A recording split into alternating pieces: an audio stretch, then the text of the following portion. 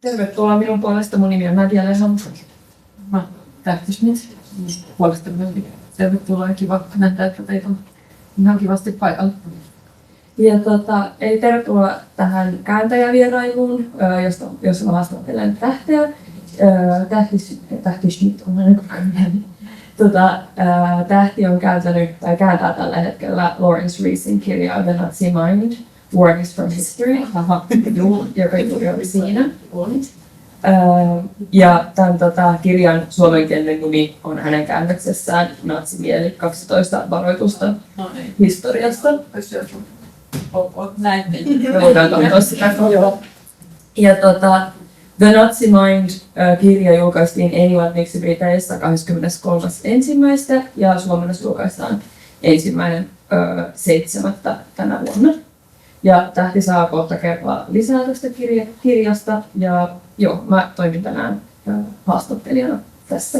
Ja me opittiin tuntemaan tässä viikkoa sitten, kun tultiin molemmat Outokummun kaivoksen vanhaan residenssiin. Ja ehkä vielä alustukseksi, niin jo sanottiin, että me tänään vietetään holokaustin uhrien muistopäivää. Ja holokausti viittaa siis Hitlerin natsihallinnon juutalaisten joukkotuhoamiseen, joka tapahtui prosessimaisesti vuosien 1933 ja 1945 välillä. Ja se tapahtui mielivaltaisten ampumisten ja murhien kautta sekä työleireillä, keskitysleireillä ja tuomisleireillä. Holokaustin aikana natsihallinto murhasi noin 6 miljoonaa juutalaista. Tämän lisäksi samoilla metodeilla murhattiin systemaattisesti myös muita ihmisryhmiä, muun muassa mustia saksalaisia, siviilejä, jotka tekivät vastarintaa tai olivat mukana partisaanitoiminnassa, homomiehiä tai biseksuaaleja miehiä ja muita miehiä, joita syytettiin homoseksuaalisesta käyttäytymisestä Saksassa, Jehovan todistajia, eri tavoin vammaisia ihmisiä, puolalaisia, poliittisia vastustajia Saksassa, romaneja ja sintejä tai ihmisiä, jotka miellettiin näihin ryhmiin kuuluviksi, joita alentavalla tavalla kutsuttiin mustalaisiksi, laitapuolen kulkijoita ja yhteiskunnasta syrjäytyneitä ihmisiä, jotka vaan natsien mielestä ei sopinut yhteiskuntaan, ja sitten suurena ryhmänä myös neuvostoliittolaisia sotavankeja. Joo. Ja jos aloitetaan tämä itse haastattelu, niin haluaisitko Tähti lyhyesti esitellä itsesi ja tarkemmin ehkä, mikä sun yhteys on tähän teemaan, josta me tänään puhutaan? Joo, eli tosiaan mä oon Tähti Schmidt. Mä oon alun perin kotoisin Espoosta, mutta mä oon nyt asunut viimeiset 20 vuotta Suomen ulkopuolella, ensin pari vuotta Unkarissa ja sen jälkeen Saksassa viimeiset 18 vuotta. Ja mä oon tutustunut tähän niin natsi-Saksan historiaan aika pitkän aikaa, jo siis mun gradu, joka valmistui 2003, niin käsitteli jo tätä aihetta, ja sitten mä oon lukenut siitä muuten niin kuin omasta mielenkiinnostani hyvin paljon. Ja mä olin vuonna 2023 Buchenwaldin keskitysleirin muistopaikalla semmoisessa digitalisointiprojektissa mukana niin, että mä en ollut digitalisoimassa, vaan käymässä läpi sitä kaikkea arkistomateriaalia, mitä siellä on, ja niin kuin tekemässä siitä muokkaamassa sitä sellaiseen kuntoon, että jos joku haluaa tehdä tutkimusta, niin tietää, mitä sieltä löytyy, koska ne arkistot on ihan valtavat. Plus mä tein myöskin eri kielillä tekstityksiä niin audiovisuaalisiin ja audiotiedostoihin, jotka on sitten netissä, ne mitä mä ehdin sen puolivuotisen urani aikana siellä tehdä. Ja nyt mä oon sitten kääntämässä, tämä on toinen kirja, jota mä käännän tähän aiheeseen liittyen tietokirjan puolelta. Mä oon kääntänyt aikaisemmin Altena kustantamolle Hakaristirouvat, joka käsitteli johtavien natsien vaimoja. Sen mä käänsin englannista, tietokirjailija oli tässä tapauksessa James Willy. Ja sitten mä oon kääntänyt natsi-Saksaan tavallaan liittyvän täällä taas satiirin, joka kyllä käsittelee pikemminkin meidän aikaamme. Ja siinä on siis siinä se konsepti se, että Hitler herää henkiin ja haahuilee tällaiset luo uraa. Mutta joka tapauksessa, ja nyt mä oon siis kääntämässä tätä kyseistä teosta Natsin mieli, joka tulee sitten tosiaan, niin kuin Nadia mainitsi, niin ensi heinäkuussa sitten tammikuussa tämä Lawrence Rees kirjailija, mä tähän sen verran lyhyesti sanon, että tunnettu britti kirjailija, tietokirjailija, joka on kirjoittanut tästä aiheesta hyvin paljon ja myöskin käsikirjoittanut ja tuottanut aiheeseen liittyviä tämmöisiä dokumenttielokuvia BBC:lle esimerkiksi ja käsittääkseni myös sarjoja. Ja tämän kirjan toinen otsikko on 12 varoitusta historiasta, eli alaotsikko. Ja se viittaa tosiaan siitä, että siinä on eri aiheita, joista hän vetää varoituksia, ei niinkään historiallisia oppia, koska hän, niin kuin hän itse sanoi, että lääkäri ei voi sanoa potilaalle, että älä tupakoi, koska kuolet, koska on myöskin potilaita tai tupakoitsijoita, jotka elää 100-vuotiaaksi. Että se on niin kuin hyvä varoitus ja varten otettava, sitä niin kuin kannattaa noudattaa, mutta se ei ole oppi, vaan se on varoitus. Ja samalla lailla on, niin kuin, että ei voi sanoa, että näin se asia on, vaan että näin voi olla. Ja tämmöisiä niin kuin asioita, mitkä on hyvä pitää mielessä ja niistä voi oppia tähän, niin kuin, ottaa varoituksen asioita tähän päivään. Ja kun sä puhut, mun piti itse asiassa just kysyä tämän niin kuin, kirjan niin kuin muodosta tai minkälainen rakenne siinä on, niin onko se niin, että yksi luku on aina yksi niin kuin varoitus? Joo. Miten se on rakennettu? Joo, se menee, siis siinä on tavallaan niin kuin kaksi rakennetta. Se historiaosuus etenee niin kuin, kronologisesti ihan sieltä niin kuin ensimmäisestä maailmansodasta eteenpäin, niin kuin, että siinä tulee hyvin paljon niin kuin taustaa, että miten natsit pääsi valtaan ja mitä tapahtui ennen kuin ne pääsi valtaan. Ja sitten niin kuin ihan sinne niin kuin loppuun, sodan loppuun ja myöskin sodan niin kuin loppumisen jälkeisiä asioita jonkin verran. Että se niin kuin etenee tällä lailla ajassa ja sitten siinä on eri aiheita, 12 erilaista aihetta kaiken kaikkiaan, mitä on sitten näitä varoituksia. Sitten ihan lopussa on vielä niin kuin tämmöinen yhteenvetoluku, jossa on sitten nämä eri varoitukset, jossa tulee sitten myöskin vähän laajentaa sitä käsittelytapaa, että ei pelkästään sitten Saksaa, että siellä tulee sitten myöskin, että miten muut diktaattorit ovat käyttäneet tiettyjä keinoja. Että siinä varoitetaan siitä, että miten tulevaisuuden diktaattorit, koska asia on niin, että diktaattorien aikakausi ei valitettavasti ole loppu, eikä varmaan koskaan lopukaan, mutta tiedetään, että miten esimerkiksi juuri tämä kirja on kirjoitettu nimenomaan varoituksessa siitä, että miten demokratia on uhattunut ja miten se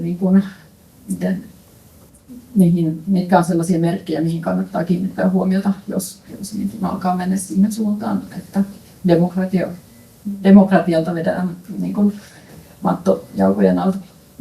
Ja sitten toinen asia, mikä tässä on tärkeää ottaa tässä esille tässä kirjassa, eli siis tämä on historian kirja, mutta tämä ammentaa myöskin psykologiasta. Ja Lawrence on siis tehnyt historiakirjoja aikaisemmin, ja tämä on ensimmäinen kirja, missä hän käyttää psykologian tutkimusta, niin kuin eri psykologian alojen tutkimustuloksia tähän niin kuin apuna tässä kirjassa. Joo, kiitos. Minkä takia sä itse halusit kääntää tämän kirjan, koska kun me ollaan puhuttu vähän, niin vaikuttaa siltä, että sä pystyt myös vaikuttamaan siihen, että minkälaista kääntäjän työtä teet, koska kääntäjähän voi kääntää hyvin monenlaisia eri tekstejä ja työskennellä niin kuin eri tavoin.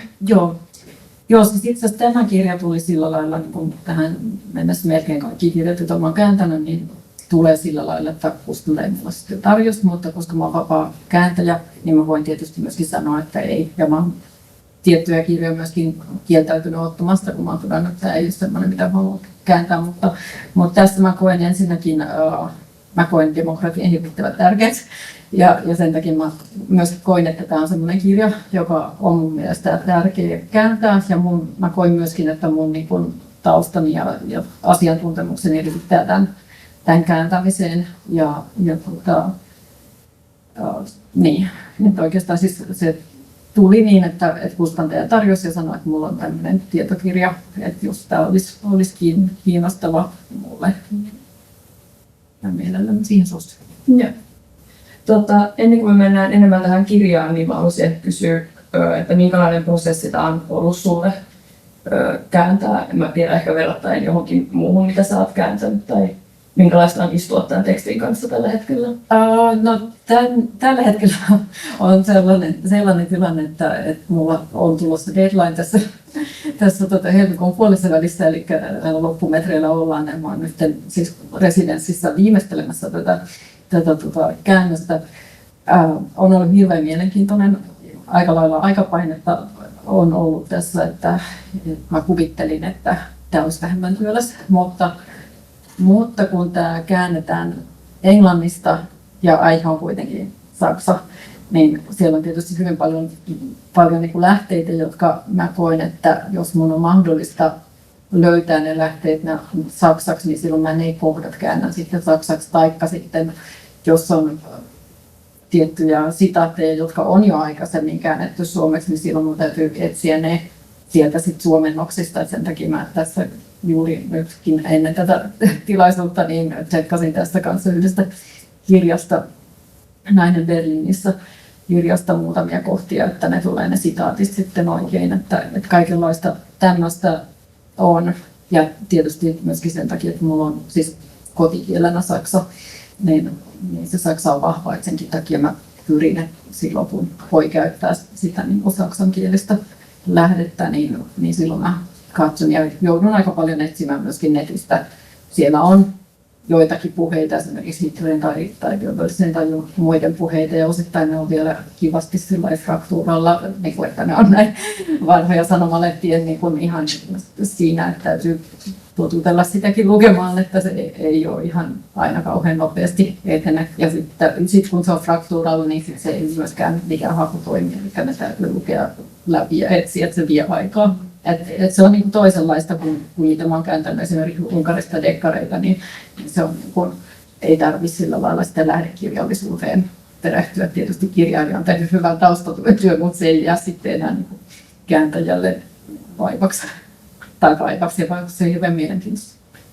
Sä hyödyt varmaan tässä siitä, että sä käännät aika monia, tai puhut aika monia eurooppalaisia. Joo, vaikka täytyy sanoa, että tässä mä en ole tarvinnut muuta kuin englantia. Joo. Ehkä sitten tästä kirjasta sä mainitsit aikaisemmin, ja tässä on aika niin kuin omalaatuista, että tämä spesifisti niin kuin on historian tutkimusta, mutta että täällä niin ammennetaan, tai kirjassa ammennetaan myös niin kuin vahvasti eri psykologian aloilta. Ja sitten tämä kirjailija just sanoo, että vaikka arkistoihin tutustuminen on tosi tärkeää ja aikalaiskertomuksiin, niin hän kokee, että varsinkin kasvokkaiset tapaamiset ihmisten kanssa on ollut ne, jotka on ollut hänelle niin kuin tärkeimmät, jotka on vaikuttanut hänen näkemyksiinsä. Hän on siis tavannut satoja ihmisiä, sekä siis natseja, ihmisiä, jotka on ollut töissä keskitysleireillä ja sitten myös eri leireillä olleita ihmisiä ja myös ihmisiä, jotka vaan eli tätä aikaa Euroopassa kauttaaltaan, niitä ehkä myös kertoo sen syyn, miksi hän on niin kuin päätynyt siihen, että nyt hänen täytyy myös tutustua niin kuin psykologiaan ja että hän ehkä niin puhui siitä, että yllättyi siitä, että miten paljon psykologia nykyään voi antaa, kun me yritetään ymmärtää holokaustia. Joo. Ja tietysti kun kirjan aihe on natsin mieli, eli pyritään ymmärtämään. Ja hän myöskin korostaa, ja mä haluan myöskin korostaa sitä, että se, että ymmärtää, ei tarkoita sitä, että hyväksyy. Että se on niin kuin kaksi eri asiaa. Että hän ei missään tapauksessa hyväksy näitä natsien tekoja, mutta hän haluaa ymmärtää, että miksi he käyttäytyvät ja toimivat niin kuin he käyttäytyvät ja toimivat.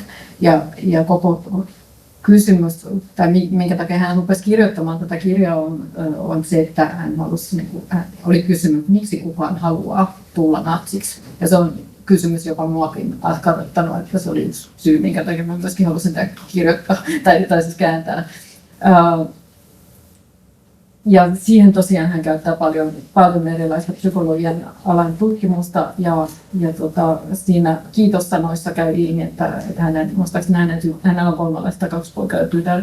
Muistaakseni tytär on psykologi, että ehkä se tuli myöskin sieltä sitten, että tytär ehkä on antanut, tai heillä on ollut mielenkiintoisia keskusteluja, on tullut tämmöinen kimmokas siihen, että ehkä voisi tähän perehtyä ja hän käyttää eri psykologian osa-alueiden uusintatutkimustietoa ja sanoikin siinä, että hänelle itsellekin oli yllätys, kuinka paljon psykologiassa on menty eteenpäin. Ja hän sanoi myöskin sitä hyvin painokkaasti, että ei ole mitään järkeä yrittää ihmisiä tapaamatta tehdä jotakin psykoanalyysiä Hitleristä tai jostakin muusta. Että se ei, joka on siis tehty, Hitleristä on tehty etänä. On.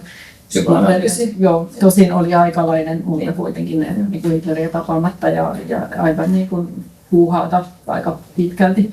Ja minkä hän ottaa tässä myöskin kirjassa esille. Ja että tässä ei pyritä psykoanalysoimaan näitä ihmisiä, vaan ymmärtämään sitä esimerkiksi sellaista asiaa, että kaikki tämä on ei projekti, vaan siis prosessi, joka tapahtuu vähitellen. Ja se on näin, kun rupeaa ajattelemaan asiaa, niin sehän on ihan loogista, että ei niitä keskitysleirejä voi tyhjästä polkasta niin, että ne olisi siinä laajuudessa, kun ne on. Eli ne on ollut ensin pieniä vankiloita, jotka hyvin nopeasti sitten kasvoi ja muuta.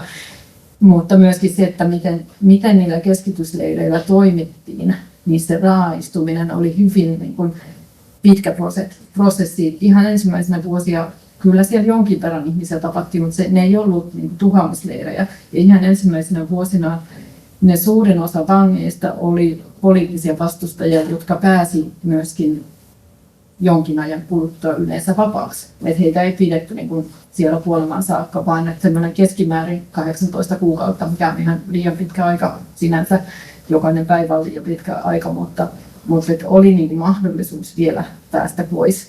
Kun taas sitten, kun se meni holokaustiin, niin silloinhan se oli hyvin epätodennäköistä. Ja myöskin mitä hän ottaa kirjasta, että muistaakseni tässä kirjassa, eli sekoita puheeksi sen, että jos vertaa Stalinin gulageihin, niin se sieltä oli todennäköisempää päästä hengissä pois, kun taas natsien leireiltä oli epätodennäköisempää, että se selviää hengessä sitten, kun se oli mennyt niin pitkälle se kehitys, että ne oli jaosaleireistä, hän oli ihan tuhoamisleirejä, josta oli leirejä. Niin, ehkä tässä on hyvä just ottaa esiin se, että tämä kirja esimerkiksi ei yritä, niin kuin sanoit, selittää Hitleriä esimerkiksi jollakin mielenterveyden häiriöllä, mikä olisi aika hurjaa, että kyllä nykyäänkin löydetään sellaisia tendenssejä, että pelotellaan jollakin mielenterveyden häiriöllä tai että se tekisi ihmisen itsessään pahaksi, mutta että me puhutaan paljon suuremmasta yhteiskunnallisesta tendenssistä, joka ehkä vielä löytyy. Joo, ja itse asiassa tuosta, kun mainitsit, niin tässä kirjassa myöskin sanotaan sitä, että Nürnbergin sotarikostuomio oikeudenkäynneissä ei todettu yhdenkään olevan syyntakeeton. Yhdenkään ei todettu olevan hullu tai mielisairas, vaan he oli kaikki tervejärkisiä, kyllä, mutta tuntuu siltä, että eihän toi ole tervettä, eihän toi ole tervejärkistä, mutta he eivät olleet mielenvikaisia. Toki varmaan siis, kun natseja oli niin valtava määrä, niin joukkoon mahtuu kaikkia, mutta siis suurin osa oli ihan niin kuin ketä tahansa, missä tahansa muussakin yhteiskunnassa. Suurin osa on terveitä ja sitten on joukossa myöskin niitä, mutta se ei ollut mielenhäiriö eikä mielisairautta, vaan se oli valitettavasti kehitys. Joo. Mä ajattelin, että mä lukisin tämän sisällysluettelon, koska tässä tulee nämä varoitukset periaatteessa. Mä sanon vielä sen verran, että siis tämä on nyt vielä käännösvaiheessa. Että on se, mikä se sisällysluettelo näyttää tällä hetkellä täältä. Voi olla, että otsikot vielä muuttuu, mutta sen käsityksen saa, mitä aiheita se käsitellään. Taiteilija voi vielä. Eli tässä on, ja tässä ehkä voi sitten itse miettiä näitä, no, me ollaan niin kuin puhuttu siitä, että tunnistetaanko me tänään fasistiset tendenssit, että luullaanko me, että se on niin kuin tällainen niin kuin, jonkinlainen musta kenkä, joka lyö maahan ja että tulee niin kuin iso ryhmä miehiä, jotka näyttää pelottavilta. Tämä on ehkä tällainen niin kuin karikatyyri, mutta välillä tulee sellainen olo. Mutta tässä on nämä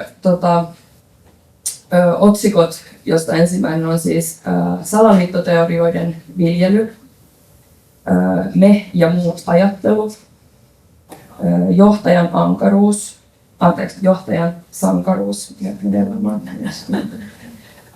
nuorison vokottelu, valtaeliitin kanssa vehkeily, kansalaisoikeuksien polkeminen, uskon hyödyntäminen, vihollisen tarve, vastarinnan nujertaminen, rasismiin yllyttäminen, tappaminen matkan päästä, eli kaukaa ei läheltä, ja lopuksi vielä pelon lietsonta. Jos me mietitään näitä otsikoita, niin onko sinulla joku sellainen erityinen, jonka sä haluaisit nostaa esiin, tai mistä sä oot ehkä itse oppinut tai jäänyt niin kuin miettimään eniten ajan mieleen? Mä oon tällä hetkellä niin syvällä tässä kirjassa aina siinä luvussa, mitä mä juuri nyt... Missä sä oot tällä hetkellä? Mä oon siis nyt tällä hetkellä, mä tänään aloitin viimeistelemään Seiskalukua. Eli uskon hyödyntämistä. Joo, siis sen mä oon vasta aloittanut. Eli mulla on nyt ehkä ne aiemmat luvut. Haluaisitko kertoa jotain siitä uskonnon hyödyntämisestä? Se nimenomaan ei uskonnon hyödyntäminen, vaan uskon hyödyntäminen. Joo. Siis se on tärkeää ottaa esiin, koska siis siinä on juuri tämä, mikä oli natseille ja Hitlerille hirveän tärkeä se, että ei ajatella rationaalisesti, vaan asian täytyy uskoa. Ja se on niin kuin, siinä tulee hyvin voimakkaasti tämä psykologinen puoli myöskin heti kättelyssä sitä luvun alusta jo, että jos ihminen uskoo johonkin asiaan todella voimakkaasti, niin siinä on ihan turha yrittää millään järkiperusteella saada sitä muuttamaan mieltään tai näkemään, että ehkä tässä on jotakin väärin, koska se usko on eri asia. Se on eri asia. Eri kohdassa aivoissa käsitellään uskon asioita kuin niin kuin järkiperäistä argumentointia. Ja se on niin kuin se, mitä Hitler sanoi yhdessä tärkeässä puheessaan, että sokea usko on se, niin kuin, mä en muista sitä sanotaan, mutta mä olen sen kääntänyt, mutta kuitenkin, että uskosta syntyy valtio. Ja hän halusi, että hänen seuraajansa ja tietysti kaikki saksalaiset, niin sanotut arjalaiset, mikä on siis sanana, siihen voidaan palata, mutta joka tapauksessa, niin että he fanaattisesti uskovat Hitleriin ja natsiaatteeseen. Ja se onnistui osittain, ei tietenkään kaikki uskoneet. Ja sodan loppuvaiheessa se usko alkoi murenemaan tietysti, koska huomattiin, että mitä meikään niin kuin meille luvattiin, että meistä tulee maailman herroja. Ja se on tärkeä. Ja sitten se, mitä siinä natseilla oli ajatuksena, että luodaan tämmöinen kansanyhteisö, Volksgemeinschaft,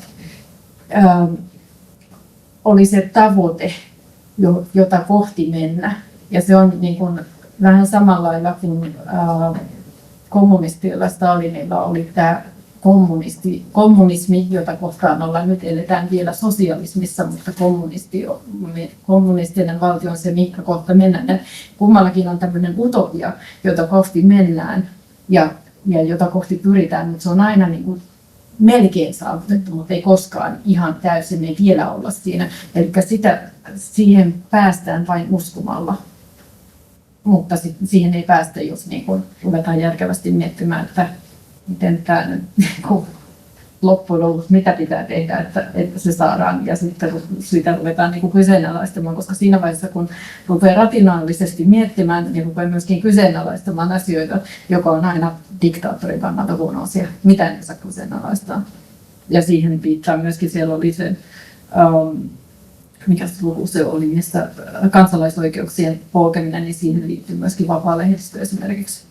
Että just se, että kun kaikki lehdistö ja radio silloin ei ollut paljon muita medioita, mutta lehdistö ja radio oli nämä tärkeimmät viestimet, jotka oli tietysti sitten kaikki toitotti sitä samaa hallituksen linjaa, niin myöskin vaikuttaa siihen, että ihmisten on helpompi uskoa, kun ei mitään muuta kuule.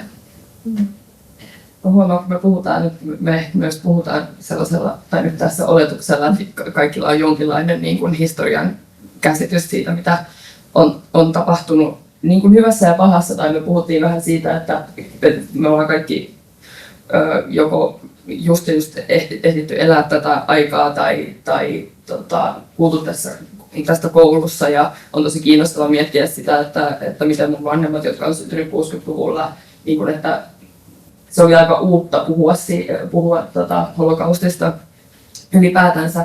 Mutta jos me mietitään mun omaa niin kouluaikaa, niin puhutaan aika paljon näistä niin 1939-1945, ja totta kai puhutaan ensimmäisestä maailmansodasta, siitä minkälainen mentaliteetti Saksassa ja Euroopassa ylipäätänsä oli ensimmäisen maailmansodan jälkeen, ja miten Saksaa nöyryytettiin Versaillesissa. Ja olisi ihana niin tuoda esiin näitä kaikki, tai tätä niin ihmisten niin toimijuutta ja sitä, että tämä kirja tuo myös esiin useita kohtia, jossa Hitler oltaisiin voitu pysäyttää. Ja Hitlerhän yritettiin myös murhata useaan otteeseen. Niin haluatko kertoa vähän tästä? Joo, siis ensimmäinen, iso teema. on, mistä tästä lähtee. Niin. Siis Hitlerhän ei edes ollut saksalainen. Hitler oli itävaltalainen, joka tuli Saksaan Müncheniin ja oli sitä mieltä, että kaikki saksalaiset, kaikki saksankieliset ovat saksalaisia ja halusi niin tämän yhdistää ja löysi sitten pienen puolueen, josta hän lähti sitten niin kehittämään tätä kansallissosialistista puoluetta. Ja he teki 1923 ensimmäisen vallankaappausyrityksen, joka oli täysin niin kuin päättömästi suunniteltu, huonosti valmisteltu ja meni myttyyn, mutta se oli vallankaappausyritys. Ja Hitler saatiin siitä kiinni ja aika monia muitakin vangittiin ja oikeudessa hän oli syytteessä valtiopetoksesta, joka on aika iso rikos. Ja hän sai siitä sitten tuomioksi 5 vuotta vankeutta. Mikä on niin kuin aika vähän siihen nähden, että tarkoituksena oli kaapata valta. Ja kaataa demokratia. Siis silloinhan edettiin Weimarin tasavallan aikaa, joka oli Saksan ensimmäinen demokraattinen valtio. Ja hän sai 5 vuotta vankeutta ja istui siitä 9 kuukautta vankilassa ja sen jälkeen hän vapautettiin. Eli jos ne tuomarit olisi silloin niin kuin ottaneet tämän tosissaan, niin Hitler oltaisiin voitu niin kuin pistää vankilaan ja se olisi jäänyt sinne, eikä sillä olisi ollut juurikaan edellytyksiä enää saada tätä hommaa toimimaan. Varsinkin koska tämmöisillä niin kuin ääriliikkeillä on hirvittävän suuri tarve sille, että olot on sekavat. Niin kuin Saksassa oli korkea työttömyys ja oli hirvittävä niin kuin hyperinflaatio, jotka on sellaisia tilanteita, missä on hyvä populistien ja ääriliikkeiden päästä niin valtaan. Et jos Hitler tällöin olisi ollutkin vankilassa ja tilanne oltaisiin saatu rauhoittumaan, niin sillä ei olisi ehkä ollut sellaisia edellytyksiä enää tulla niin kuin, päästä siihen asemaan, mihin hän pääsi. Sitten toinen, minkä mä otan tässä esiin, oli se, että kun hänestä tuli sitten loppujen lopuksi valtakunnan kansleri 30. päivä tammikuuta 1933, niin hän ei vielä ollut kuitenkaan niin kuin niin kuin valtiopäämies, koska oli presidentti Hindenburg oli hänen yläpuolella. Ja vaikka Weimarin tasavalta oli siis demokratia, niin se oli hyvin presidenttijohtoinen ja presidentti päätti, kenet hän nimittää valtakunnan kansleriksi. Eli hänen ei ollut mikään pakko nimittää Hitleriä, vaikka Hitlerin puolue oli parlamentista suurin. Hän olisi voinut nimittää jonkun toisenkin. Mutta, ja se on siinä valtaeliitin kanssa vehkeilyn nimisessä luvussa käsitellään tätä, että siellä oli aika paljon niin kuin, muita ihmisiä, jotka puhui Hindenburgille siitä, että meidän täytyy nimittää Hitler sitä varten, että kun hän on meidän kanslerina, niin me voidaan hallita häntä. Me saadaan pidettyä hänet niin kuin aisoissa, mikä ei tietenkään sit pitänyt paikkansa. Mutta joka tapauksessa toinen asia, mitä Hindenburg olisi voinut tehdä milloin tahansa, olisi voinut sanoa, että mä erotan sut. Hänellä oli valta päättää kenet hän nimittää ja milloin hän erottaa, mutta hän ei tehnyt sitä. Ja sitten kun hän kuoli, Hindenburg siis elokuun 2. päivä muistaakseni 1933, eli siis samana vuonna muutamia kuukausia Hitler oli ollut valtakunnan kansleri, niin päivää ennen oli niin kuin vieneet läpi valtalain, joka teki Hitleristä sen jälkeen, kun presidentti kuolee, niin hän ei ole enää Hitler pelkästään valtakunnan kansleri, vaan myös Führer, jolloin hänestä tuli sitten niin kuin valtiomies. Ja toimituksesta terve. Tuli tuossa pari asiavirhettä. Eli Hindenburg ei kuollut 2. elokuuta 1933, vaan 2. elokuuta 1934. Toisin sanoen hänellä olisi ollut noin 1,5 vuotta aikaa erottaa Hitler valtakunnan kanslerin tehtävistä. Ja toinen virhe oli se, että kyseessä ei ollut valtalaki, vaan laki valtion päämiehestä. Siinäpä ne. Jatketaan. Kiitos. Sen jälkeen ei ollut oikeastaan mitään mahdollisuuksia enää muuta kuin nämä murhayritykset, joita oli useampi. Yksi oli yksittäisen henkilön puusepän yritys. Hän asetti pommin yhdessä oluttuvassa, missä tiesi, että Hitler on tulossa puhumaan. Mutta Hitlerillä kävi tuuri, sää oli huono, hän lähti aikaisemmin, kun oli ollut niin kuin tarkoitus, otti aikaisemman junan ja se pommi räjähti ja siellä kuoli muita ihmisiä, mutta Hitler ei sitten kuollut, koska hän oli lähtenyt paikalta liian aikaisin. Ja, mutta tämä pommin asettaja sitten saatiin kiinni ja toimitettiin keskitysleirille. Ja sitten toinen oli armeijan upseerien tekemä salaliitto ja sekin meni lopuksi myttyyn, koska se pommi räjähti kyllä Hitlerin bunkkerissa ja Hitler oli paikalla, mutta ei sitten muuta kuin vähän haavoitti, mutta hän ei siihen kuollut. Ja siitä sitten tuli aikamoiset puhdistukset armeijan upseeriston joukosta.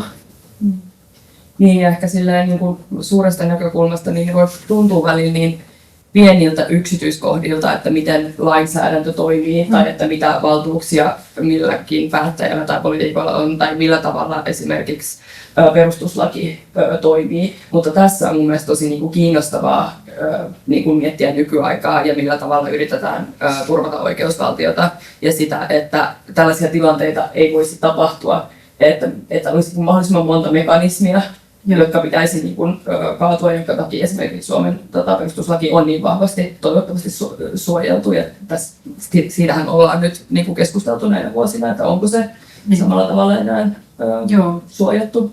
Joo, siis siihen voi sanoa sen, että laithan on ihmisten tekemiä, jolloin ihmiset pystyvät myöskin muuttamaan niitä. En nyt halua näin sanoa, että demokratian pahin uhka on ihminen itse, mutta kukapa muu loppujen lopuksi olisi. Että se on niin kuin, mä ehkä mainitsin tuossa aikaisemmin jo, että mä oon Unkarista myöskin kääntänyt sitä, että mä oon myöskin asunut Unkarissa ja mä oon niin kuin siellä myöskin Unkarin tilanteesta hyvin huolissani, koska se on nähty, mitä siellä on tehty perustuslaille ja muilla. Esimerkiksi se, että tämä nyt liittyy tähän aiheeseen, mutta kuitenkin vähän siis Unkarin tasavalta.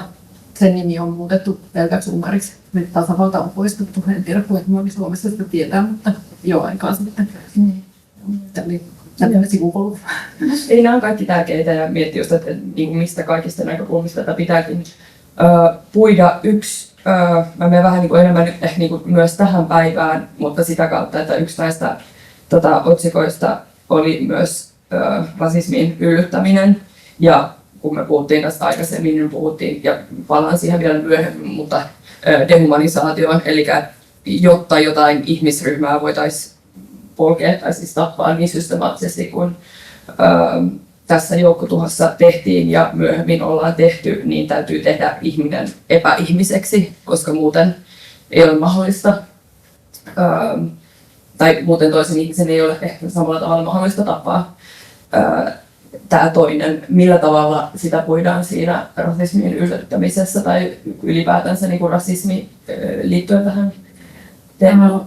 Yksi asia, mikä siinä otetaan esiin, siinä tietysti tulee monia ja se liittyy hyvin tiiviisti myöskin siihen kakkoslukuun, joka on meidän muut ajattelu. Eli se, että tehdään, niin kuin, että me ollaan se niin kuin, tärkeä joukko ja me pidetään yhtä ja sitten hyvin äkkiä kun kategorisoidaan, nopeasti päätetään, että kuka kuuluu meihin ja kuka ei kuulu meihin. Ja niin kuin Hitlerin tai natsien aikaan se oli tietysti hyvin helppo kysyä, että oletko sä niin sanotusti arjalainen vai et. Ja jos et ole, niin silloin sä kuulut niihin muut ryhmään, jolloin sua voidaan vainata.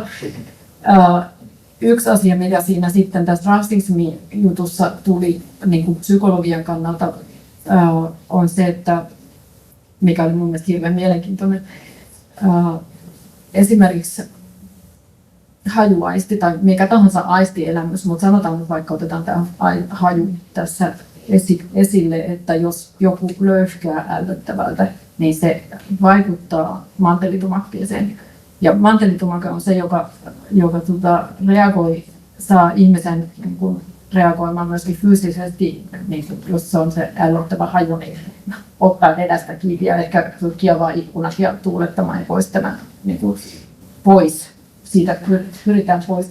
Ja samalla tavalla ei tarvitse niin kuin, edes haistaa, vaan siis sellaiset sanat, jotka niin kuin, viittaa tähän. Ja Goebbels käytti esimerkiksi puhuu juutalaisesta saastasta. Ja saasta vaikuttaa samalla lailla sinne mantelitumakkeeseen ja aiheuttaa sellaisen reaktion. En tietysti fyysisesti, jos kuulee sanan saasta, niin kukaan nyt heti ota nenästäkin, mutta joka tapauksessa se, kun sitä jatkuvasti toistetaan, niin se mantelitumake lähettää tiettyjä signaaleja, jolloin siitä tulee semmoinen niin kuin vastenmielinen niin kuin reaktio. Ja sitä niin kuin natsit käytti hyvin paljon tämmöisiä mielikuvia ja käyttivät paitsi juutalaisesta saastasta puhuivat myöskin he puhuvat niin kuin, juutalaisista kansanruumiin syöpäpesäkkeenä esimerkiksi tai loiseläjinä tai muita tämmöisiä niin kuin hyvin niin kuin sellaisia termejä käytti, mitkä aiheuttaa semmoisia niin kuin vastenmielinen tai pelon reaktioita tai tämmöisiä, että se niin kuin on yksi keino, mitä he käyttivät hyvin voimakkaasti tässä rasismin yllyttämisessä ja myöskin pelon lietsonnassa.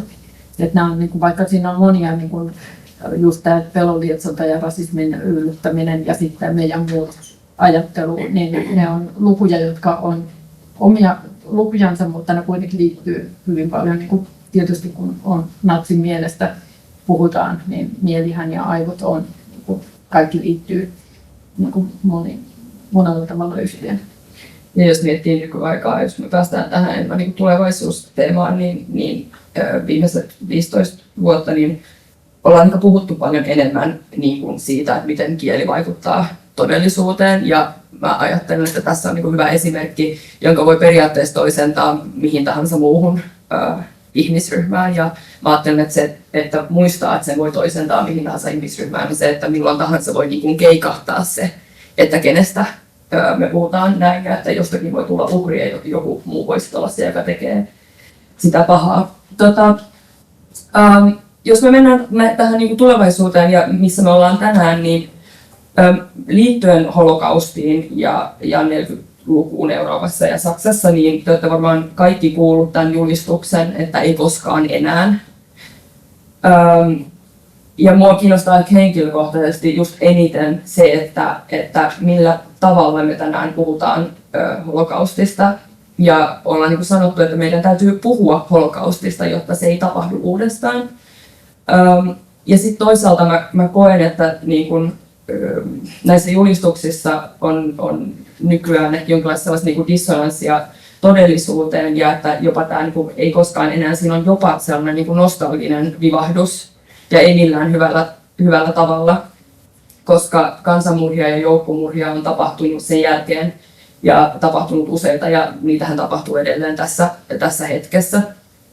Ja kun mä olin lukiossa, mä oon kirjoittanut ylioppilaaksi 2011, niin me oltiin sellaisten ruotsinkielisten helsinkiläisten koulujen matkalla, jonka nimi oli Resa till Förintelsens minnesmärken, eli matka holokaustin uhrien muistomerkeille.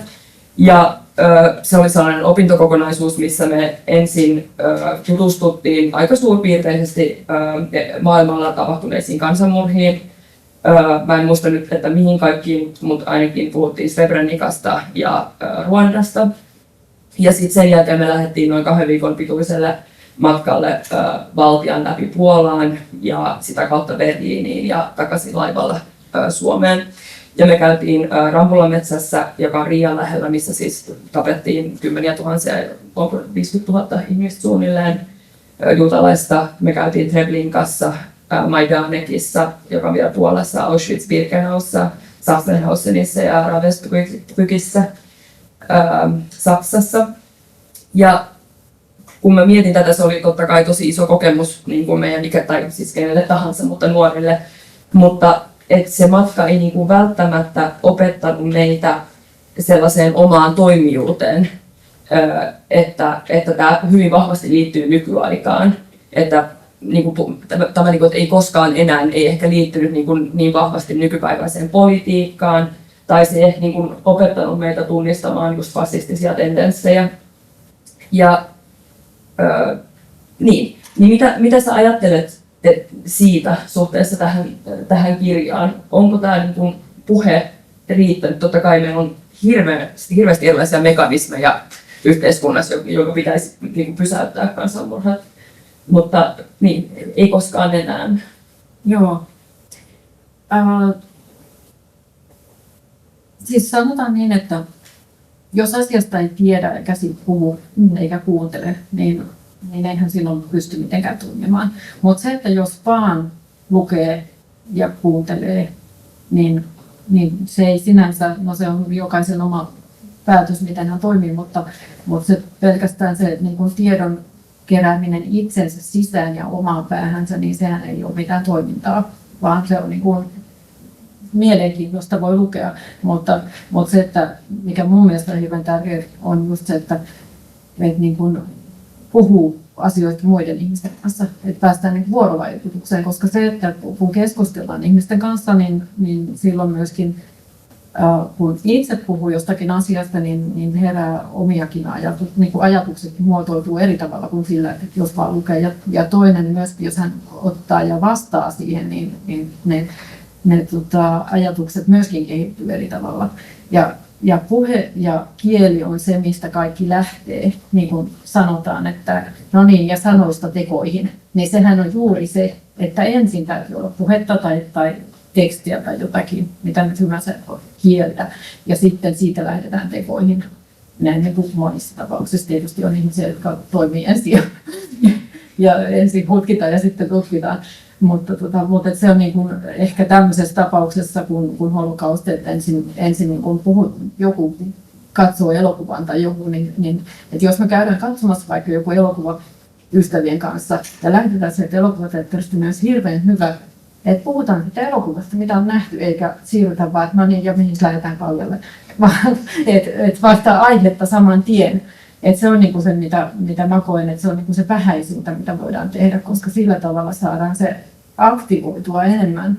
Tämä on niinku mun ajatus tässä. Tähän ei tule kirjasta, tämä on ihan mun omia ajatuksia. Mutta joka tapauksessa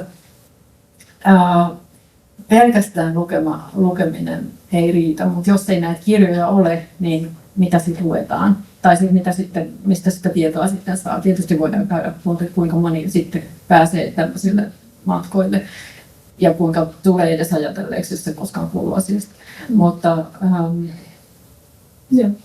on olemassa sellainen sosiologi, 1900-luvun sosiologi Simon Bauman, jonka sellainen niin kuin näkemys siitä, miten holokaustista puhutaan, on jäänyt mulle mieleen, kun mä opiskelin aikaisemmin Kööpenhaminassa. Ja hän puhui siitä, että helposti holokaustista on tehty sellainen niin kuin yksittäistapaus, että vaikka sanotaan ei koskaan ennen, niin älkää ymmärtäkö minua väärin, totta kai se on se, mitä on tapahtunut, se liittyy ihmiselämiin ja pyhyyteen, tai niin kuin ihmiselämän pyhyyteen, mutta hän on halunnut olla aika niin kuin, omalla tavallaan niin kuin rationaalinen, ja hän on sanonut, että niin kuin hänen teoriansa mukaan niin holokausti on suora ja looginen jatkumo niin kuin liittyen moderniin yhteiskuntaan tai moderniuteen, eli siihen, että ylirationalisoidaan, suoralinjaistetaan, viivaistetaan yhteiskuntaa ja miten ylipäätänsä niin kuin 1800-luvun, 1900-luvun yhteiskunta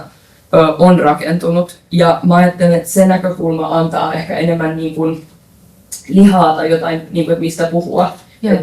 Se on rakenteellinen kysymys myös. Joo. Ja se mun mielestä tulee tästä kirjasta myös hyvin niin kuin esille, että mikään ei tapahdu sillä lailla niin kuin, tyhjiössä.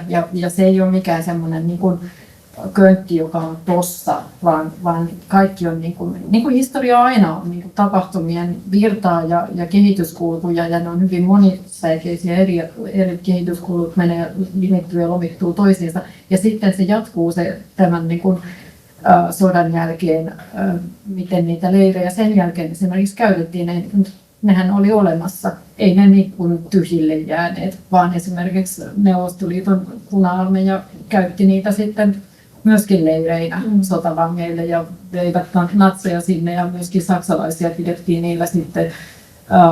Myöskin länsiliittoutuneet veivät niille leireille ensinnäkin saksalaisia katsomaan, että te ette voi väittää, että te ette ole tienneet, kun te nyt näette tämän kaiken.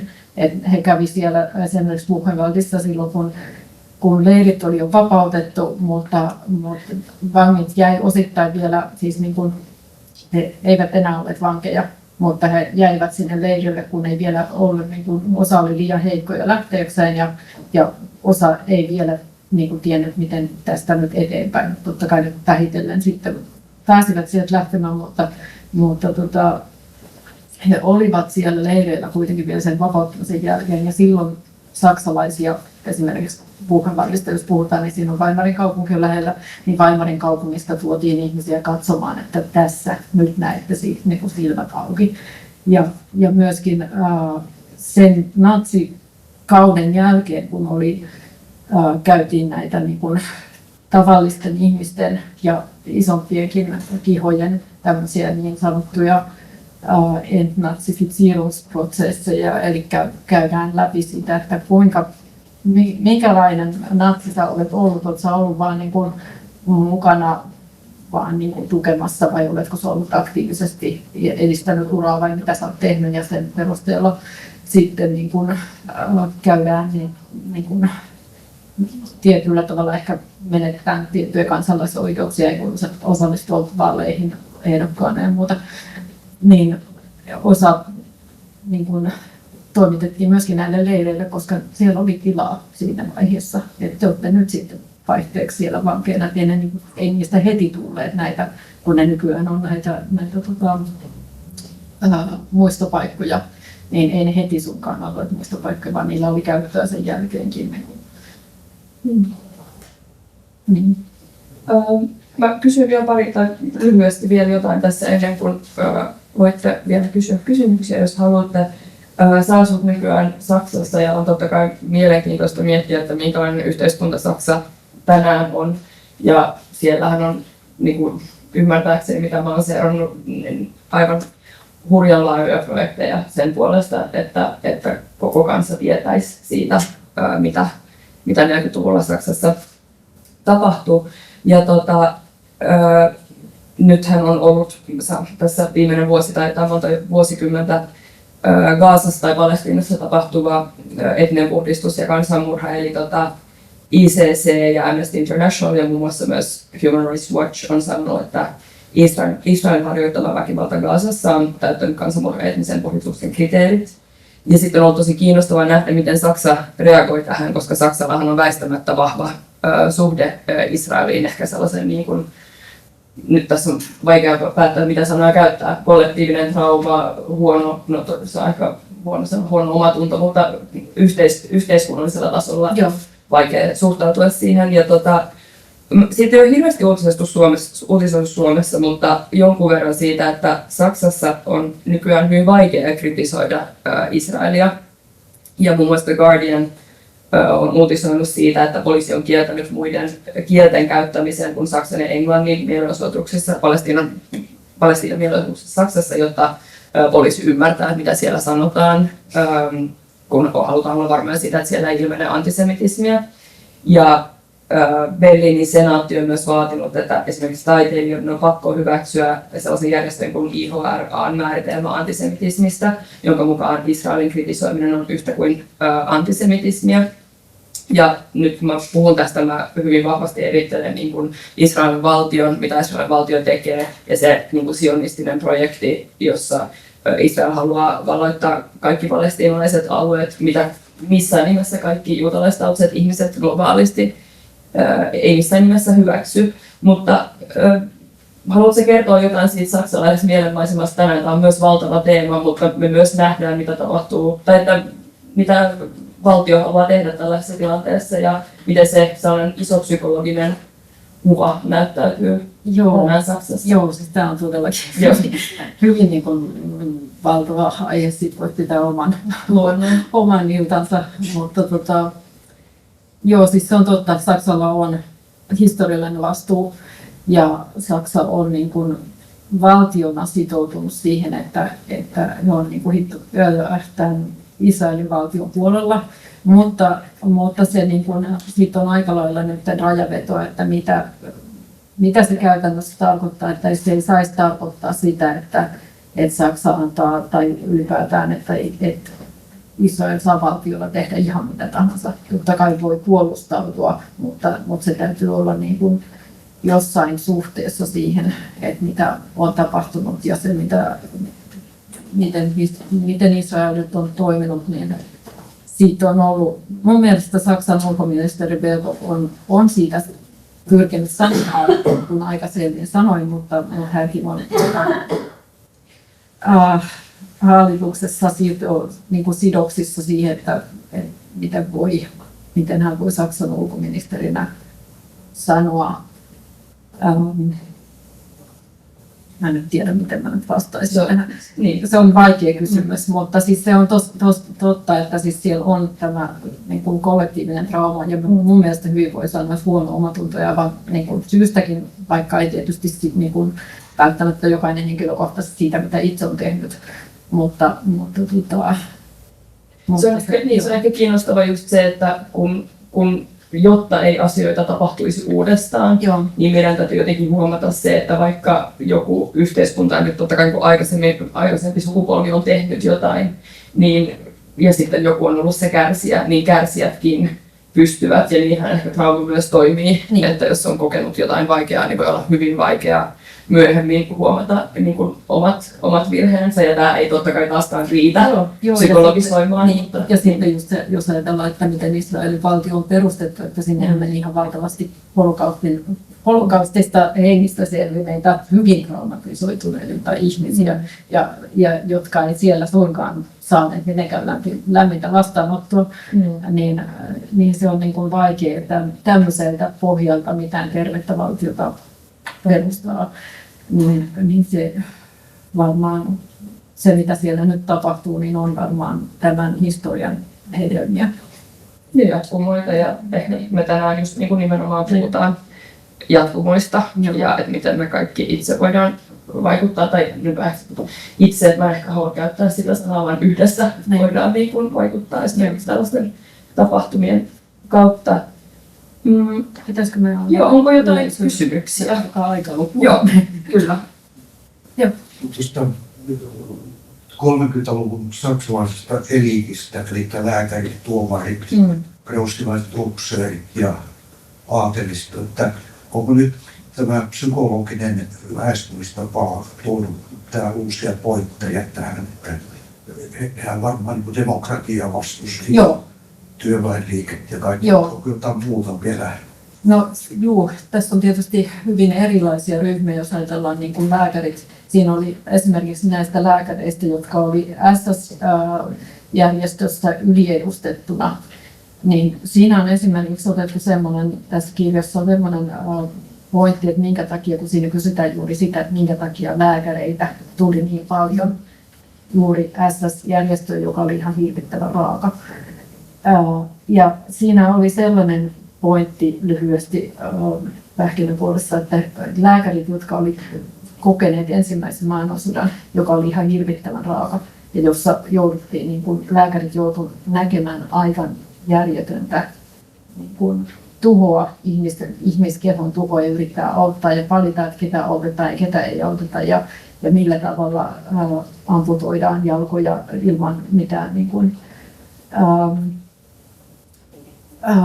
uudistusaineita ja nukutusaineita ja muuta, että se on ollut ihan hirvittävän raaka ja se on tehnyt myöskin lääkäreistä aika lailla kyynisiä monesti ja semmoista, että he on enää niin kuin pelkästään tämän niin kuin ihmisen ruumiin parantajia, mutta he puuttuu se empatia täysin ja se on esimerkiksi niin kuin johtanut siihen, kuinka he pystyivät toimimaan SS-järjestössä ja myöskin näissä niin sanotuissa eutanasia-ohjelmassa, missä ihmisiä, vammaisia esimerkiksi tapettiin ihan niin kuin täysin ilman mitään niin kuin etiikkaa. Et se on yksi asia, mitä siinä on otettu. Ja sitten on tietysti että demokratia oli nuorikin niin kuin ikään kuin kokeilu vasta. Se oli perustettu Weimarin tasavalta 1918, eli sillä ei ollut mitenkään hirveän pitkät juuret ja tultiin keisarin vallasta, niin totta kai eliitti, joka sitä myötä aika lailla menetti valtaansa, kun valta siirrettiin kansalle, niin se oli niin kuin yksi asia, mikä myöskin johti siihen, että he niin kuin ei olleet niinkään välttämättä Hitleriä vastaan, joka halusi kaataa demokratian. Oliko tämä vastaus? Ihan